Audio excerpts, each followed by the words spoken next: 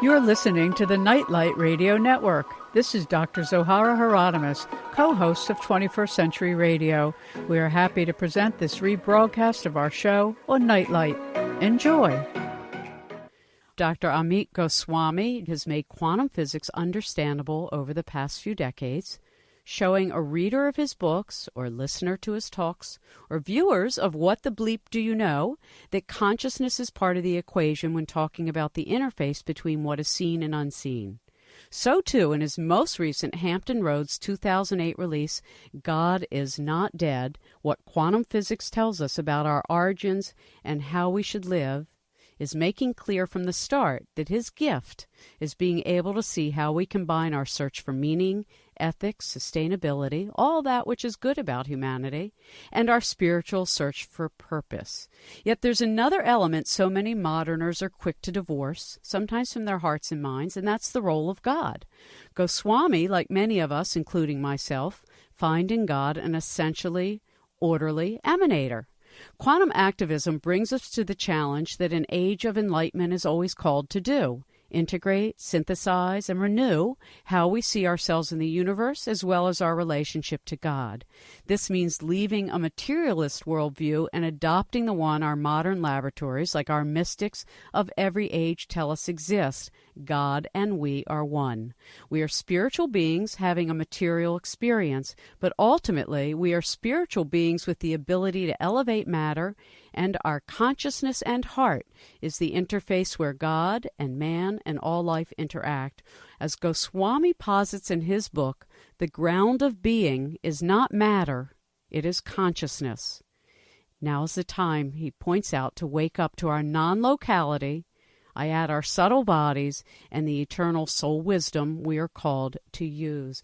Dr. Goswami, thank you so much for joining us again on 21st Century Radio. You're very welcome, Zoe. I loved the introduction. Well, thank you so much. You know, after reading your book, I felt you deserved a formal introduction. Well, there were a few things after reading this book I didn't realize, even though you and I have talked a number of times in the last 15 years. Tell us how your father's life as a guru informed you as a man. Well, when I was very young, and he told me the stories of Upanishad and sometimes even taught me how to recite a few of the verses. I hardly, of course, I enjoyed those situations very much because I loved him. But it did not create any lasting impression, I'm afraid. At 14, I became openly rebellious and became a materialist. My intention was to follow the great Newton and Einstein to immortality in physics research. So that changed, though, at a midlife situation that arose when I was 37. And then I remembered my father. He came back to me in a dream. Oh, tell us about that. I was dreaming, and I saw my father carrying a snake, and he threw the snake to me, and I caught it. Then later, I was analyzing this dream with a dream analyzer, and he pointed out that snake is supposed to be the symbol of transformation, and he was passing on the practice of transformation to me. That was his goal of life, and so it is mine now. It's a beautiful story, you know, and so often we were talking before you joined us about, you know, these times of instability and insecurity and crisis, and that adaptability is built not only in preparation but in humility. And I think it's so interesting because you point to some of these things. Your book, by the way, is just a wonderful addition, and it's apparent it comes from decades of work in both spiritual teachings and scientific exploration. Look, why don't we start, Amit, where you do? People often divide themselves into two camps. There's a materialist worldview, which I'd like you to describe because you said you became a materialist and then you changed, and a quantum worldview, which obviously you go around the world teaching about. So let's describe those two worldviews. Well, the materialist worldview is pretty obvious. The name suggests it. Everything is made of matter. Everything is made of elementary particles at the base level. It's a reductionist worldview because material objects are can be reduced to smaller and smaller objects. So the idea is that elementary particles make atoms, make molecules, make cells. Cells make the brain, and brain makes all of our subjective experiences, including consciousness or God. In this view, in fact, neurophysiologists are proud to point out that they have now found a spot in the midbrain. If you excite this spot, you have spiritual experiences. So there are several books out suggesting that this is the God spot. Of course, jokingly, I call it the G spot, but that aside, it's not an unimportant discovery. But they identify everything about God with this spot in the brain, and that is the materialist worldview. So ethics and meaning are important only to the extent that they have survival values, that may have survival values, and so they must have a reason through Darwinian evolution, and so must have consciousness. Although materialists unabashedly suggest that even the survival value may be in question because, in any obvious kind of way, it's hard to see. So enough about this view. But I'll point out that material interactions are only causal source of cause in this view. We call it upward causation model because cause rises upward from the elementary particles, and in particular, all of our causation at our level, at the level that we live, that causation is a secondary phenomenon of material interactions. In other words, there is no truth in it. Right. And how would a quantum view differ from that? A quantum view, on the other hand, begins with just the very fact that we are using quantum physics. In quantum physics, objects are not determined things, determined by the material interactions. Instead, objects are possibilities. The possibilities are, of course, determined by material interactions, but the question of how the possibilities become actualized as actual experiences of someone's consciousness, that is the mystery. When we look, we don't see possibilities. We see actual events, or we see, instead of waves of possibilities, an electron being smeared all over the room, for example, we see the electron localized in a particular Geiger counter. So this mystery of what is in our seeing, what is the magic of that converts the possibility into actuality, that mystery eventually leads to the conclusion, unequivocal conclusion, the only logically paradox-free conclusion, that consciousness is the ground of being, and the material possibilities that quantum physics posits are possibilities of consciousness itself.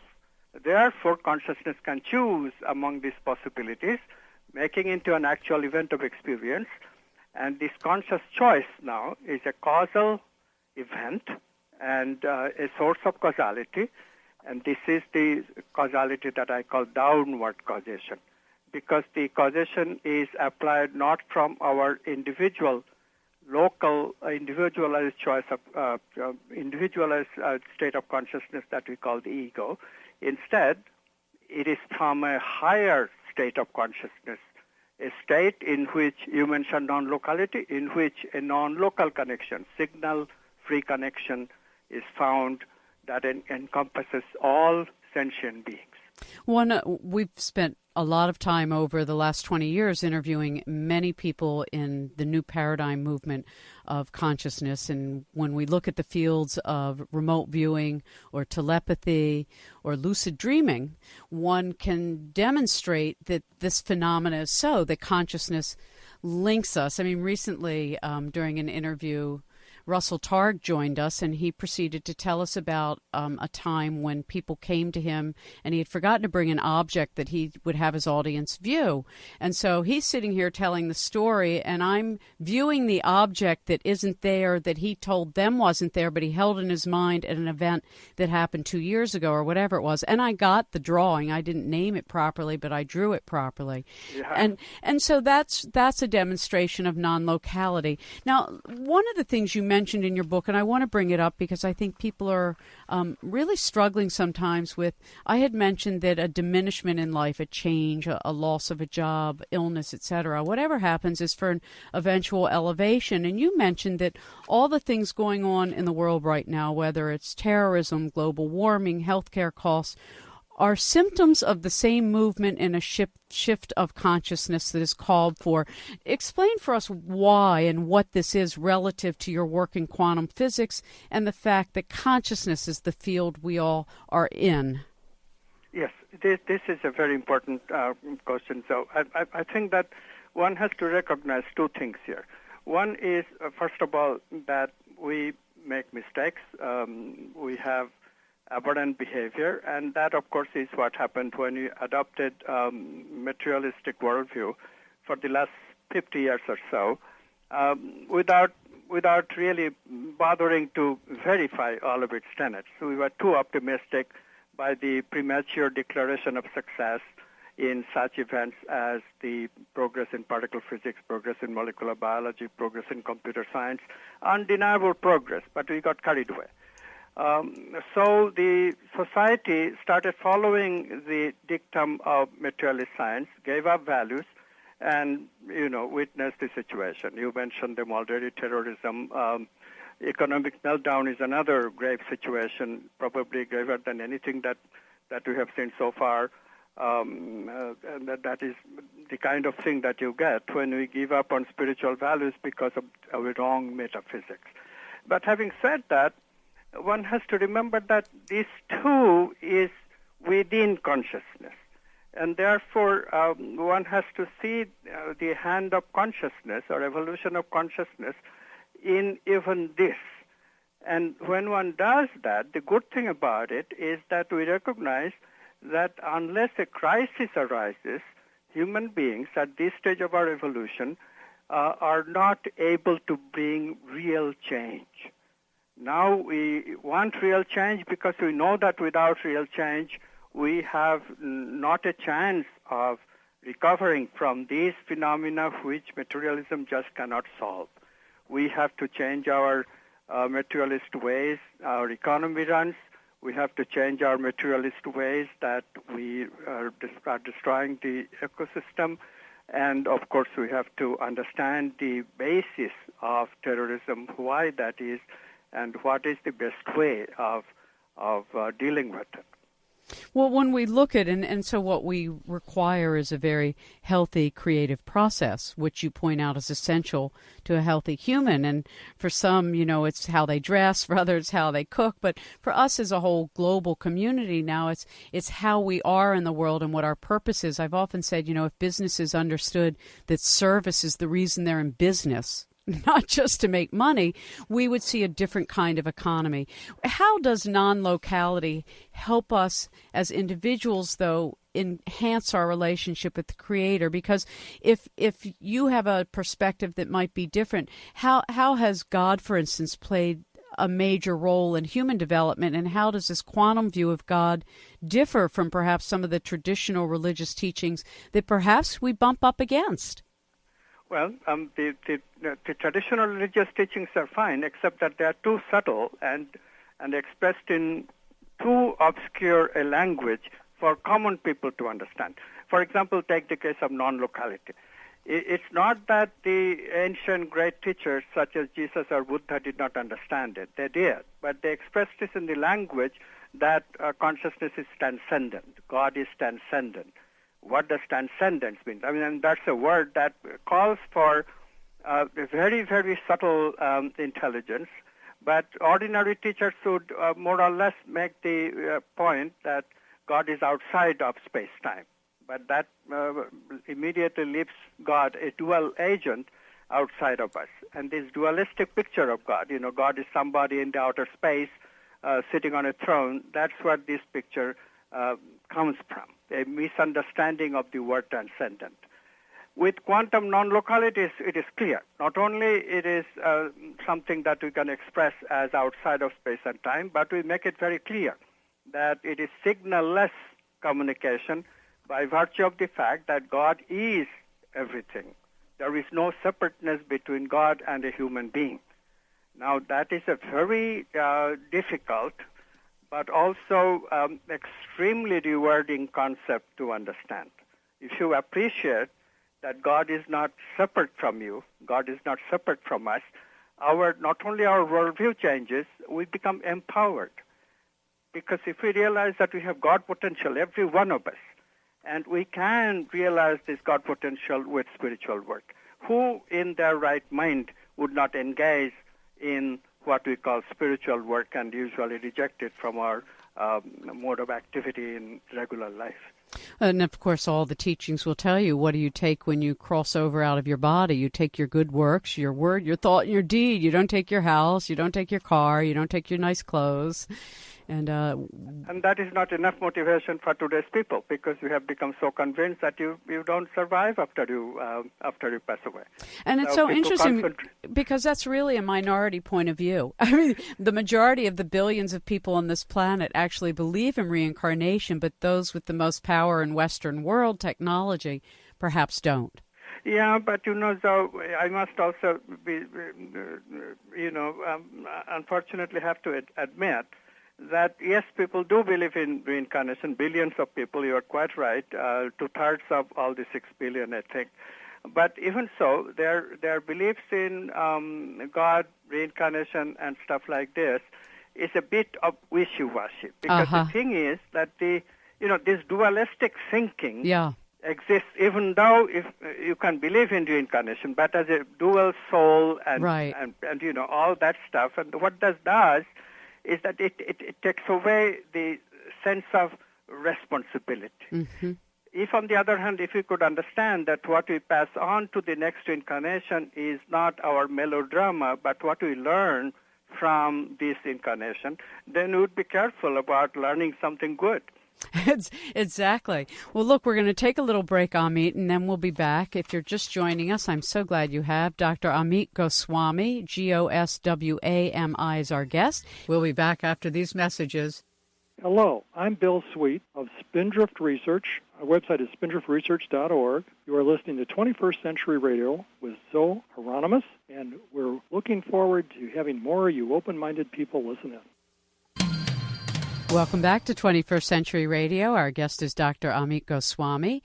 You can read Amit's book you can go buy it. Firstly, God is Not Dead, What Quantum Physics Tells Us About Our Origins and How We Should Live, a Hampton Roads 2008 release. Amit, I want to come to some of the hardcore elements of your work that are really so encompassing and so beautiful. You talk about a number of things being archetypes, not only love, but you also talk about the way we respond to it and how our immune system actually has something to do with union or not union. Can you explain this to us? Well, it has to do very much with the concept of morphogenetic field that Rupert Sheldrake introduced in biology in 1981. He showed that the building of organs, how biological form is built, requires a particular field that must be non-material because it has to be non-local. The way the organs are built, it is not difficult to see that they have to be non-local because the question arises, how does a cell know where it is in the body? Because it has to perform depending on where it is on the body. But how does the cell know? To get that information for the cell requires a non-local field of some sort. So Sheldrake proposed that morphogenetic fields must be non-local and therefore non-physical, because in the material domain, nothing can have the non-local characteristic. It's just not permitted by material interactions. And one of the examples I recall, a simple one, correct me if I'm wrong, about a morphogenetic field. If a group of people do something, finally it makes it very easy for the next group of people to come do it, not because they saw the first group of people do it, but because it's conditioned the field of non-locality. Right. That field is carried through because any change, any learning gets in the brain as a brain circuit, and the brain circuits are made by morphogenetic fields, and therefore the morphogenetic fields are modified. And the idea is that the next group of people would inherit those modified morphogenetic fields. So in this way, a learning can be transferred without the help of the genes from one generation to another generation. This is a very, very important suggestion that Sheldrake made. With quantum physics, you can solve the problem of dualism that it still does. A materialist would say that how does a morphogenetic field interact with the material? But that is solved in the quantum theory by recognizing that both morphogenetic fields and the physical body are possibilities within consciousness, and therefore consciousness chooses from these possibility waves to make the actual events of experience in which a morphogenetic field is mapped, is represented in the physical body as organs.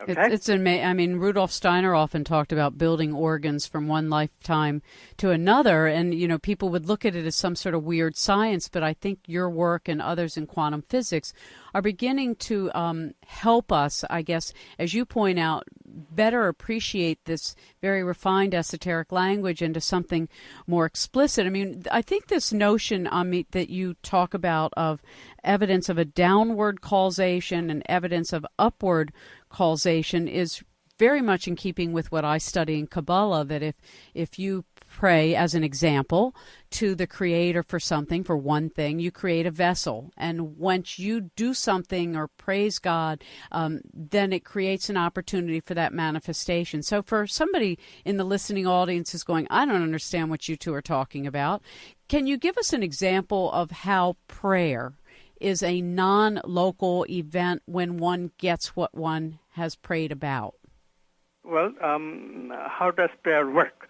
Prayer starts as an intention of having something fulfilled by a power that is beyond the power of my ego. So this is why we start with an intention, but at the next level we recognize that it's not within the ego's power to make this intention come true. Right. Let's just say it's somebody praying for the restoration of a loved one's health. Yes. Specifically with health, it is extremely important because prayer really does work. We have evidence for it now, scientific evidence. So we start with, he starts with praying for the wife's health. And at the next level, the prayer must become, the intention must become an intention for the greater good. So one can do it in a variety of ways. One can say that, well, let all people whose wives are sick, let all of the wives be healed. So then the intention becomes one of greater good. After that, it begins the prayer, because since my ego cannot do it, let it be God's will, let it be the will of one consciousness, non-local quantum consciousness, to fulfill this intention. This is the prayer part. But all prayer, as prayer groups know very well, must end in silence. So there is always a silence part that follows the prayer. So 1, 2, 3, 4. First, very individual egoic intention. Second, make the intention for greater good. Third, surrender to the will of the whole, God, quantum consciousness, whatever you want to call it. Fourth, silence. And it works. It's very interesting. I know those studies at the Spindrift Institute, they discovered in the same thing, whether it was mung beans or people, when they didn't pray for a particular outcome, but simply for the highest good to be restored, it had the greatest effect. Very much what you're saying. So when we look at ourselves as individuals, and sometimes we feel ourselves as separate, and sometimes in those moments of joy and unity, we feel ourselves as one with the world. What is this next big step that humanity needs to take, and how is it that the quantum physics work that you and others are doing might actually help us find that place, I would say, in our heart that is inclusive? Yes, I think the next great place that we have to do is to learn how to open our heart. You know, the question that you asked, immune system and morphogenetic fields, all that comes in because the heart chakra has a very important component of the immune system, the thymus gland. And so whenever we put our attention to the heart chakra, in the region of where the physical heart is, what happens is very unique. Immune system distinguishes me and not me. So if I can subjugate, momentarily even, the action of the immune system that excludes, for good reason. It has to be exclusion because otherwise bacteria, etc., would constantly get to our body and would you ruin say the body. could you say that our immune system is sometimes our impulse in our behavior to exclusivity because we're not translating that this is its purpose but not ours? Well, it is indeed a limitation on our behavior that may be responsible for much of our exclusion, but brain does it too, because brain has those negative emotional brain circuits coming as instincts. So it's not entirely the immune system that is responsible. But this idea of if we can subjugate the immune system even momentarily by a contract between the morphogenetic fields, that's where the real subjugation comes. If we can just suspend that me and not me judgment momentarily, immediately another person's morphogenetic field become acceptable to us. And of course that happens sometimes between people of opposite sex because of romantic inclination. That is what romance is about. And when immune system is relaxed, then of course people become mad for each other for physical reunion. But that's only for the physical part. The real challenge, of course, is without the physical part, how am I going to get this me, not me suspended, this exclusivity suspended, and especially for prolonged periods of time. We also have moments of this love that we feel in the energy of the heart. Moments of it we feel almost every day. I mean, almost everybody feels that. I hope they feel that. But how to make it for prolonged periods of time and how to make it with everyone. This is the challenge. I mean, wouldn't it be nice if President Obama sits down with the president of Iran and they could really talk with open heart? I mean, Obama already has taken the first step saying that, okay, I'll meet with him. But if they could meet with open heart, both of them, I mean, that would give such a greater opportunity for making the possibilities, enhanced in probabilities to manifest, that in that way peace could come on this very earth, in this very situation of 21st century, within just a matter of a moment of decision. I mean, it just could happen right then and there between two people talking to each other. Well, it's a very interesting phenomenon. I mean, individuals experience this, but oftentimes the culture of change forbids that quantum leap. I mean, it's almost as though the world is being asked to take a quantum leap in development, which we do need before we destroy ourselves and each other. And especially when the steps are very clear. It is very clear that we have to go through this quantum leap. You know, this was what is not very clear in the ancient teachings because they didn't have concepts like we have today. They didn't have experimental data supporting those concepts. And specifically, they didn't have the way to reach these quantum leaps. For example, we know now from the work of creativity researchers that you have to go through a creative process which alternates between do and be. I call it somewhat jokingly do lifestyle. If you adopt that, then only creative insights, these quantum leaps take place. I mean, they are not the result of just accidents, just chance events.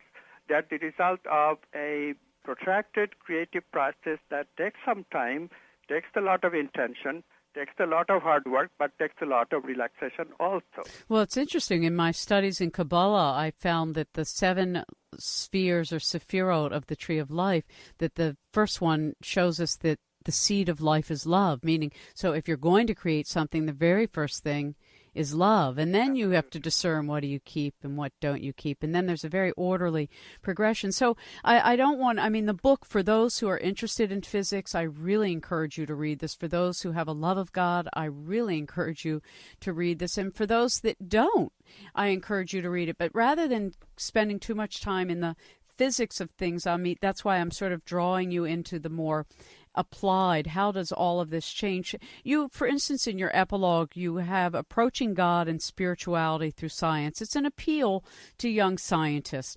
Explain that for us. Well, the main problem today of real paradigm shift is the old fogies of science, the ones who developed the materialist paradigm, are so entrenched in their belief system that we cannot really hope that they will anytime change their minds. In fact, I recently came across a quotation from the famous novelist Upton Sinclair, who said that if people make their living not understanding something, we can really not expect them to understand that new concept.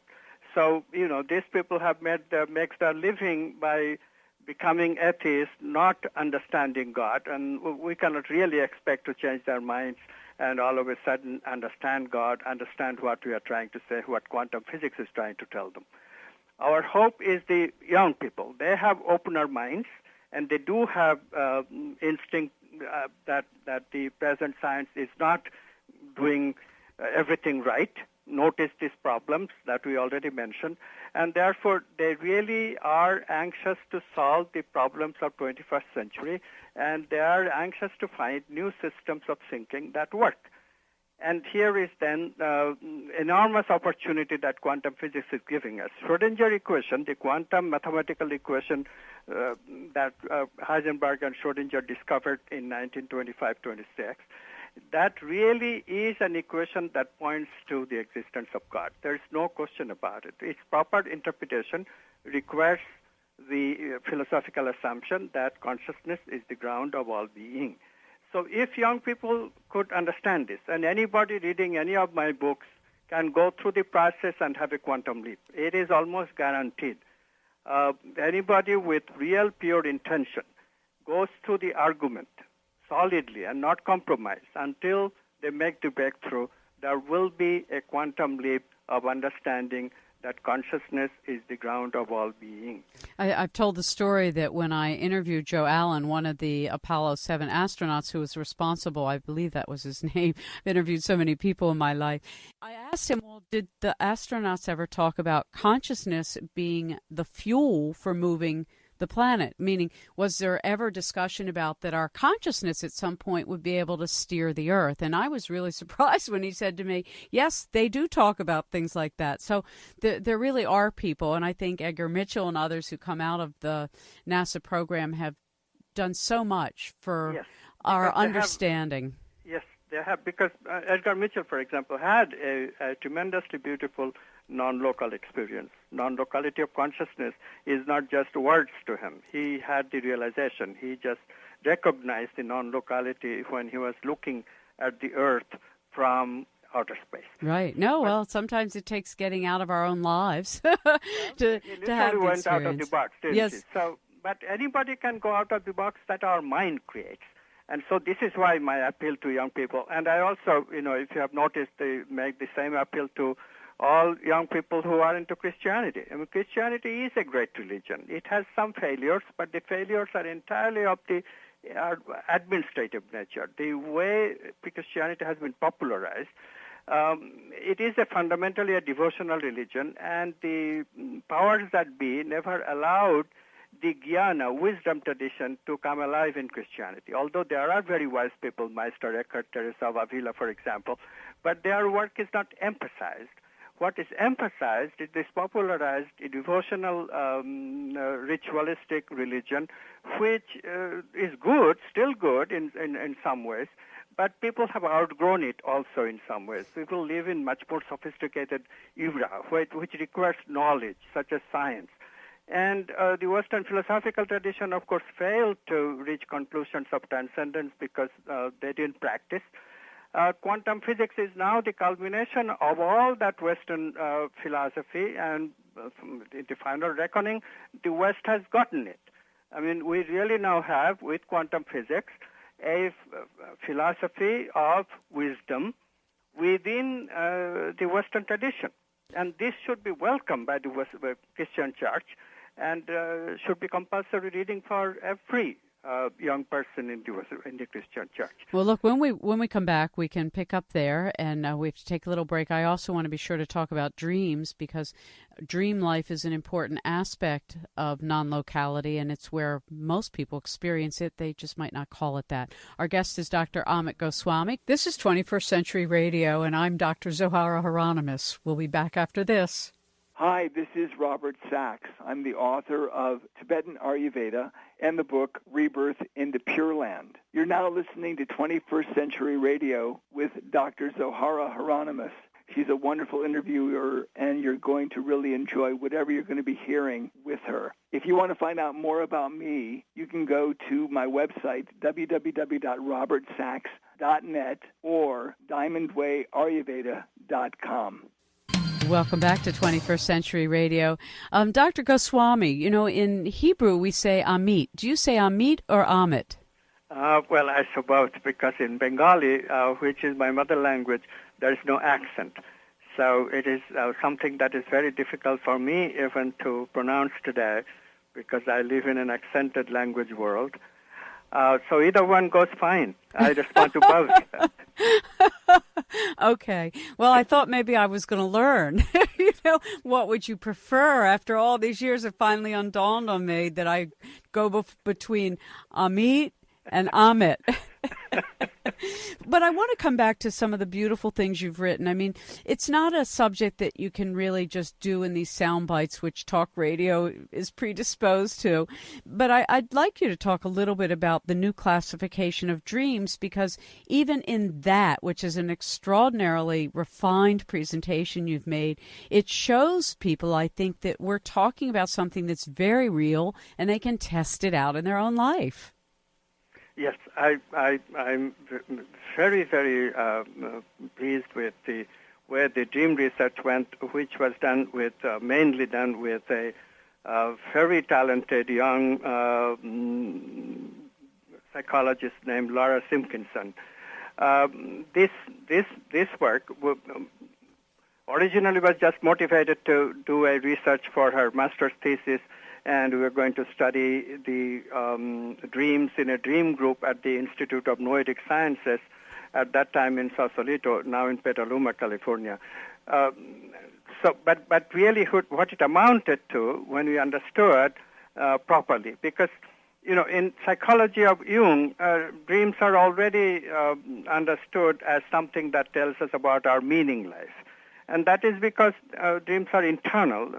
In dream reality, we don't experience the external world. So consciousness collapses possibilities into actual events of internal. And Jung and psychologists mainly thought that they correspond to the mental realm, because mind processes meaning. But in our theory, we have 5 different bodies: physical, vital body, vital energies of feeling, and then mental energies of meaning, and then supramental energies of archetypes, values, love, beauty, justice, all those, and then bliss body, just pure bliss, consciousness as a wholeness. So these 5 bodies, and we started looking for evidence that there must be more than just meaning. There must be within dreams some very physical dreams, and emotional dreams, and then supramental dreams, and then dreams of enlightened bliss. And indeed, we found evidence for every one of them. For 2 years, we did this dream group, and we also collected our own dreams. Laura analyzed some of her own, I analyzed some of my own, and we found very good evidence for a 5-fold classification, and our assumption then was that each body dominates in any dream. One or more of the bodies will dominate, and will have, therefore, a 5-fold classification possible. Well, and as you mentioned earlier in the program, you had this major change in life when you had a dream about your father, who threw you the snake, which you caught, and it was like this transfer. And so oftentimes people have dreams and it changes their life, whether it's a premonitory dream or a telepathic dream. And I've actually hosted shows for people to call in about their own experience of dreaming the future or dreaming not to go somewhere or dreaming to do something. You talk about the creative process, and I'd like to close the evening with that because I think that's what we're all called to do in this day and age. Actually, we're all called to do in every incarnation, but sometimes we become more aware of what it means. You've described, and you mentioned them in chapters 6 and 13, that there are 4 stages in the creative process that have been codified by, I think it was Graham Wallas you cited in 1926, but it's important because it talks then about what's going on in non-locality. Yes, because the first one, preparation, is well understood by everyone. But starting from the second one is unconscious processing. But how do you process in the unconscious? If you stay on to your local body, the local memories, then all you process is the past. You never process anything, any creative possibilities of the future. So one has to learn how to create possibilities that go beyond our local memories and get into the non-local aspect of things, which means that we have to create conflicts, newness in our life, and not resolve them with the known.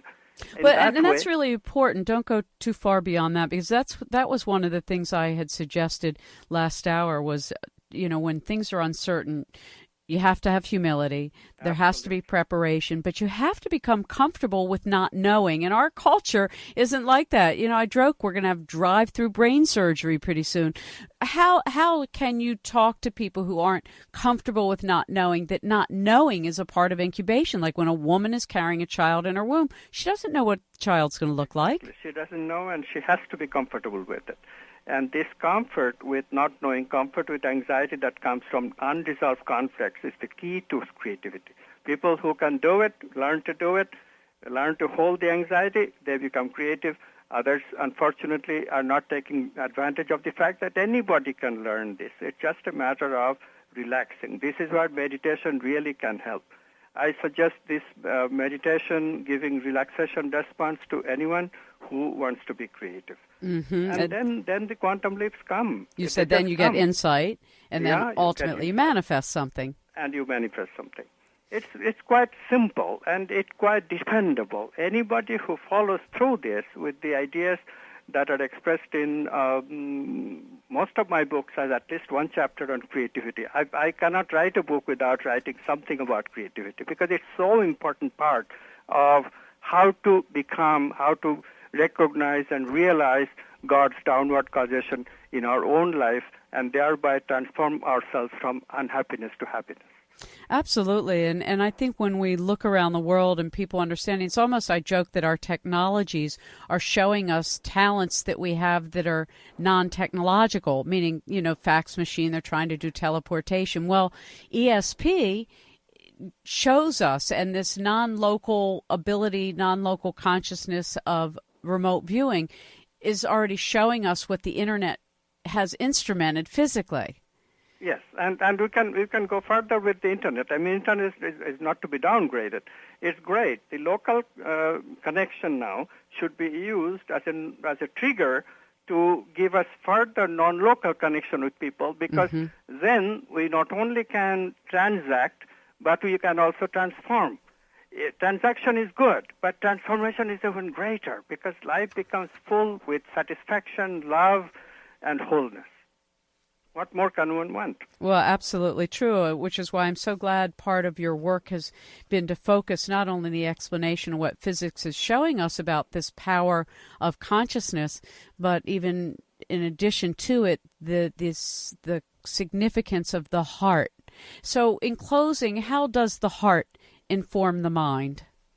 Well, as you said, non-locality. So what happens with the brain, mind, which is already represented in the brain as memories of the past, what we have is negativity, negative emotions and stuff. When the heart becomes involved non-locally, we start experiencing love which is universal. And then we make brain circuits, bring them into locality as brain circuits. but we have these brain circuits available, so whenever a stimulus arises that gives us negativity, we can also bring our positive emotional brain circuit to balance it. And it is that balancing that we need in our society and culture today to overcome such things as violence, such things as global warming, and the calamity and the blaming that comes with it, politics, economic downturn, all of this, we need to balance our negativity that arises naturally with positive emotions that can arise, and we can make brain circuits with our open heart. So open heart must mean more than open heart surgery. Open heart must mean being open to love and have experiences of love so deep that we learn to make brain circuits of love. Well, and I really believe that that is this age. That is actually what the earth is being called to do, which is come to loving consciousness, which means to come to union. So when President Obama, I mentioned at the start of our program, included non-believers and Christians and others are having some big fit about it, I just don't see it. I think, thank God, finally, a president who understands that it's either going to be all of us together or none of us. And that's really the bottom line. Well, Dr. Goswami, you do a beautiful job of bringing both the laboratory of life and the laboratory of spirit and science together. And I personally want to thank you for having made such a great contribution in my own education. Thank you, Zoe. Thank you for inviting me. You're very welcome. Dr. Amit Goswami's book, God is Not Dead, What Quantum Physics Tells Us About Our Origins and How We Should Live, a Hampton Roads book. Go to www.amitgoswami, A-M-I-T Goswami, Goswami.org. And that's the show. 21st Century Radio is produced by Hieronimus and Company. Our executive producer and research assistant is Laura Kortner. Our engineer is Anita Brockington, and I'm Dr. Zohara Hieronimus.